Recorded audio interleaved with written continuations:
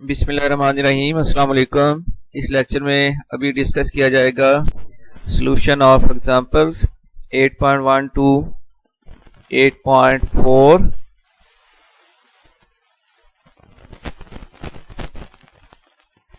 Example number 8.1 अगर देखें, इसकी स्टेटमेंट इस तरह है, find the temperature at which the velocity of sound in air is 2 times its velocity at 10 degree centigrade। मतलब ये है कि हमने वो टेम्परेचर फाइंड करना है जिस पर वेलोसिटी 10 डिग्री सेंटीग्रेड पर जो साउंड की वेलोसिटी है उसके मुकाबले में वेलोसिटी डबल हो जाएगी। तो वो टेम्परेचर हमने कैलकुलेट करना है। तो इनिशियल टेम्परेचर दिया हुआ है 10 डिग्री सेंटीग्रेड और केल्विन में इसकी वैल्यू आ जाएगी 283 kelvin. Initial velocity v1, final velocity v2 जो है वो फिर इक्वल हो जाएगी इनिशियल वेलोसिटी का डबल। तो फिर v2 की वैल्यू आ जाएगी 2v1 और इसके लिए फाइनल टेम्परेचर T2 हमने कैलकुलेट करना है। अब हमें रिलेशन मालूम है कि speed of sound is directly proportional to square root of absolute temperature. तो दूसरे वर्ड में ये कह लें कि v1 ओवर v2 इक्वल होता है square root of t1 over t2। इसके बाद आपने ये करना है कि ये v2 की जगह पर पुट कर देना है 2v1। ये रिलेशन में दिया हुआ है कि v2 की वैल्यू 2v1 के इक्वल है। तो अब v2 की वैल्यू आ गई 2v1, बाकी और कोई चेंज नहीं की। नेक्स्ट स्टेप में v1 और ओवर से v1 ये कैंसिल हो गया। तो फिर लेफ्ट साइड में आ गया 1/2 इक्वल टू में आ जाएगा square root t1 over t2। इसके बाद स्क्वायर रूट खत्म करना है, not taking square on both sides. तो फिर स्क्वायर करने के बाद 1/4 इक्वल आ गया t1 ओवर t2। अगर क्रॉस मल्टीप्लाई करें तो t2 मल्टीप्लाई हो जाएगा 1 के साथ और 4 मल्टीप्लाई होगा t1 के साथ। तो फिर आ जाएगा t2 इक्वल टू 4t1। अब t1 की वैल्यू हमें गिवन है 283, तो फिर t2 आ जाएगा 4 मल्टीप्लाइड बाई 283 1132 केल्विन। और अगर इसको सेंटीग्रेड में कन्वर्ट करना है तो 1132 माइनस कर लें 273। तो केल्विन टेम्परेचर में या एब्सोल्यूट टेम्परेचर में से 273 अगर माइनस कर दिया जाए तो वो सेल्सियस टेम्परेचर बन जाएगा और इसकी फिर वैल्यू यहाँ आ रही है 859 degree Celsius.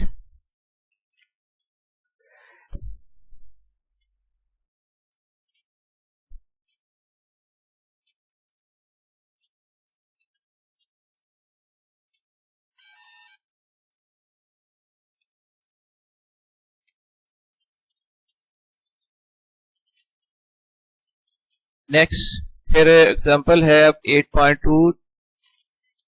A tuning fork A produces 4 beats per second with another tuning fork B। मतलब ये कि ये एक्चुअली बीट फ्रीक्वेंसी की वैल्यू दी हुई है 4 beats per second. It is found that by loading B को लोड किया गया है वैक्स के साथ।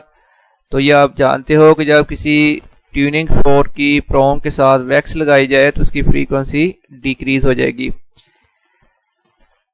The beat frequency increases to 6 beats per second. तो ट्यूनिंग फोर्क बी की फ्रीक्वेंसी को डिक्रीज करने के बाद यानी वैक्स लगाने के बाद उसकी फ्रीक्वेंसी जो बीट फ्रीक्वेंसी है वो हो गई है 6 बीट्स पर सेकेंड। और फिर गिवन है ट्यूनिंग फोर्क ए की फ्रीक्वेंसी दी हुई है 320 हर्ट्ज।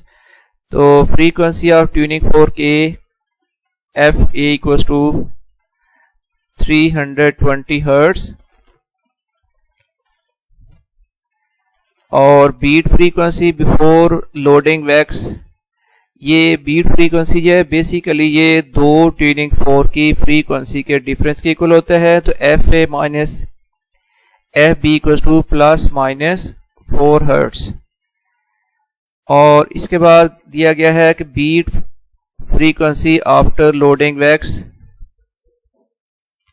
जिसकी वैल्यू है 6 हर्ट्स।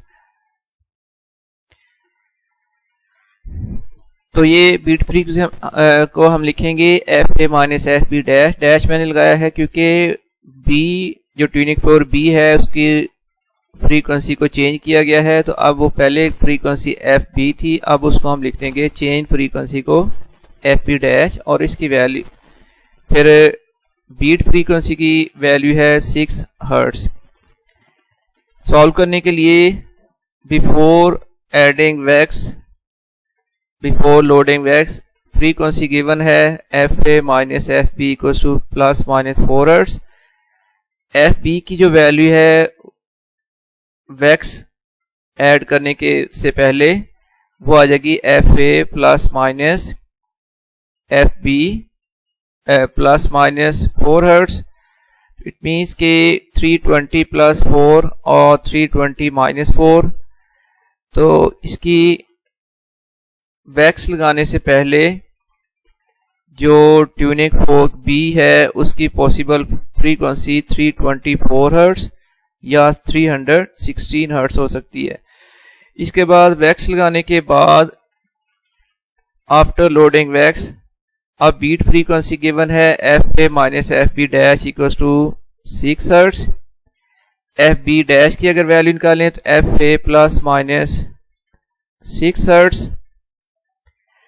तो इसका मतलब है कि एफ बी डैश की वैल्यू आ सकती है possible value F A plus 6 hertz और एफ ए माइनस 6 हर्ट्स। तो 320 प्लस 6 हर्ट्स हो सकती है इसकी वैल्यू या 320 माइनस 6। अब पॉसिबल वैल्यू जो बनेगी आफ्टर लोडिंग वैक्स वो 326 हर्ट्स हो सकती है या फिर 314 हर्ट्स होगी। अब एक बात याद रखिए कि वैक्स लगाने से पहले इस ट्यूनिंग फोर्क की फ्रीक्वेंसी 324 या 316 हो सकती थी। अब आप जानते हो कि जब किसी ट्यूनिंग फोर्क के साथ वैक्स लगा दी जाए प्रोंग के साथ तो वैक्स ऐड करने के बाद उसकी फ्रीक्वेंसी इंक्रीज नहीं हो सकती बल्कि उसने डिक्रीज होना है।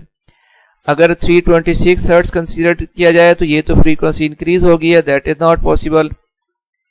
इसका मतलब कि उसकी फ्रीक्वेंसी डेफिनेटली डिक्रीज ही होनी थी।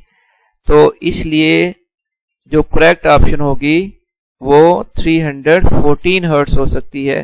तो after loading wax beat frequency है 6 hertz, therefore frequency of tuning fork B is 314।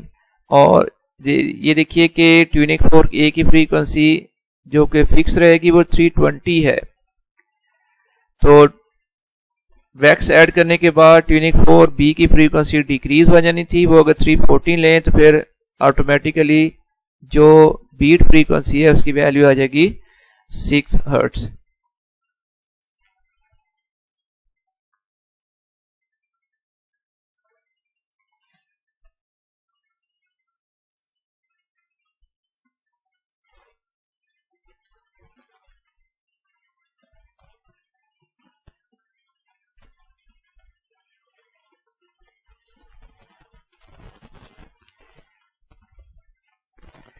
Example अब सॉल्व करेंगे 8.3 a steel wire hangs vertically from a fix point supporting a weight 80 Newton.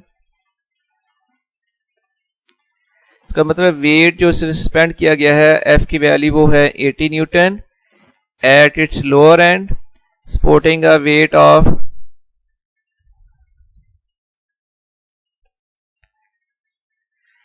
The diameter of wire is 0.50 millimeter. तो diameter की value 50.50 millimeter और metre में ये value आएगी 0.5 10⁻³ metre. This is the diameter and its length from the fixed point to weight is 1.5 metre. इस means के इसकी length L की वैल्यू है 1.5 metre. Calculate fundamental frequency emitted by the wire when it is plugged। और steel की density दी हुई है 7.8 10⁻³ किलोग्राम पर क्यूबिक मीटर। हमने फंडामेंटल फ्रीक्वेंसी F1 की वैल्यू कैलकुलेट करनी है।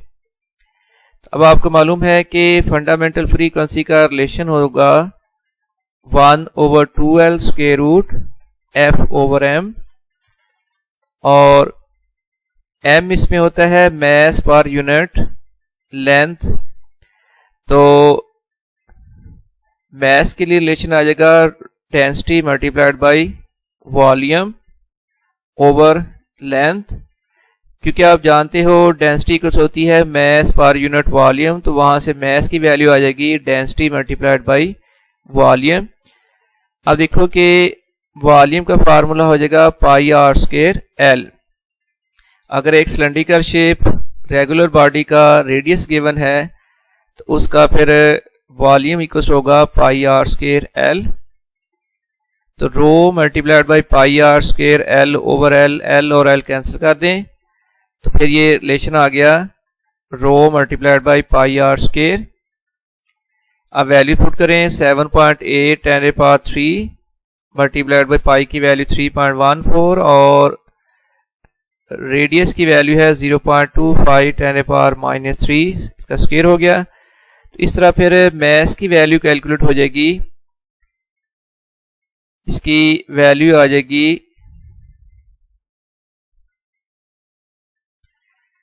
1.52 10⁻³ किलोग्राम इसकी वैल्यू आ गई।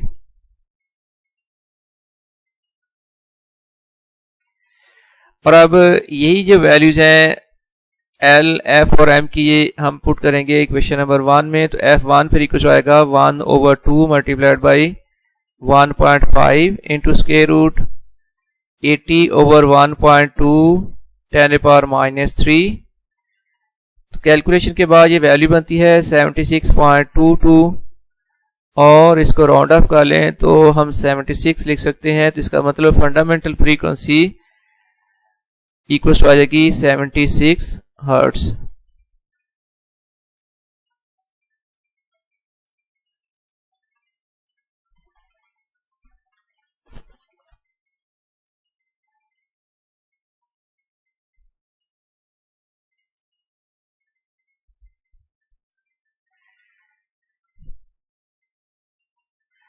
एग्जाम्पल 8.4 है। A pipe has length of 1 metre. Length of pipe L equals to 1 metre इसकी वैल्यू है। Determine the frequencies of the fundamental and first 2 harmonics if the pipe is open at both ends, if pipe is closed at one end, और speed of sound given है 340 metre पर second.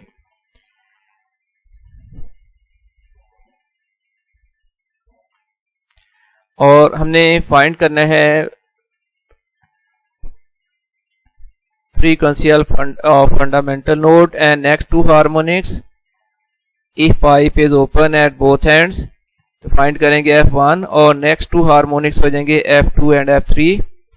और if pipe is closed at one and तो then frequency आ जाएंगी fundamental frequency F1 और इसमें next 2 harmonics हो जाएंगे F3 एंड F5।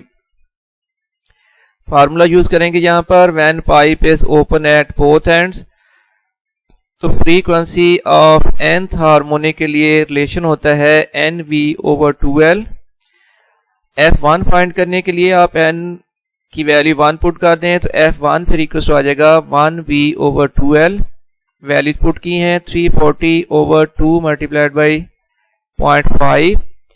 तो इस तरह F1 यानी फंडामेंटल फ्रीक्वेंसी की वैल्यू आ गई 170 हर्ट्ज। F2 जो है वो इक्वल हो जाएगा 2F1। तो 2 मल्टीप्लाइड बाई 170 तो F2 की वैल्यू आ गई 340 हर्ट्ज। सिमिलरली F3 की वैल्यू आ जाएगी 3F1, सो 3 मल्टीप्लाइड बाई 170, ये वैल्यू आ जाएगी 510 हर्ट्ज।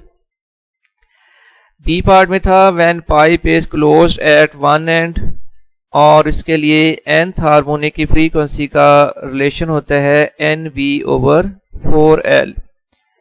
फंडामेंटल फ्रीक्वेंसी के लिए आपने n की वैल्यू पुट करनी है 1, तो फिर F1 इक्वल टू आ गया 1V/4L, वैल्यू पुट की जाएंगी 340/4 इंटू 0.5। इस तरह ये F1 की वैल्यू अब आ गई 85 हर्ट्ज। नेक्स्ट इसमें जो हार्मोनिक है वो चूंकि ये ऑड नंबर ऑफ हार्मोनिक्स होते हैं, तो F3 इक्वल टू आ जाएगा फिर 3F1, तो 3 multiplied by 85, F3 equal to आ गया 255, और इसके बाद नेक्स्ट हो जाएगा F5, F5 इक्वल टू होगा 5F1, 5 इंटू 85, और ये वैल्यू बन जाएगी 425 हर्ट्ज। इसके साथ ही ये एग्जाम्पल का सोल्यूशन कंप्लीट हो गया।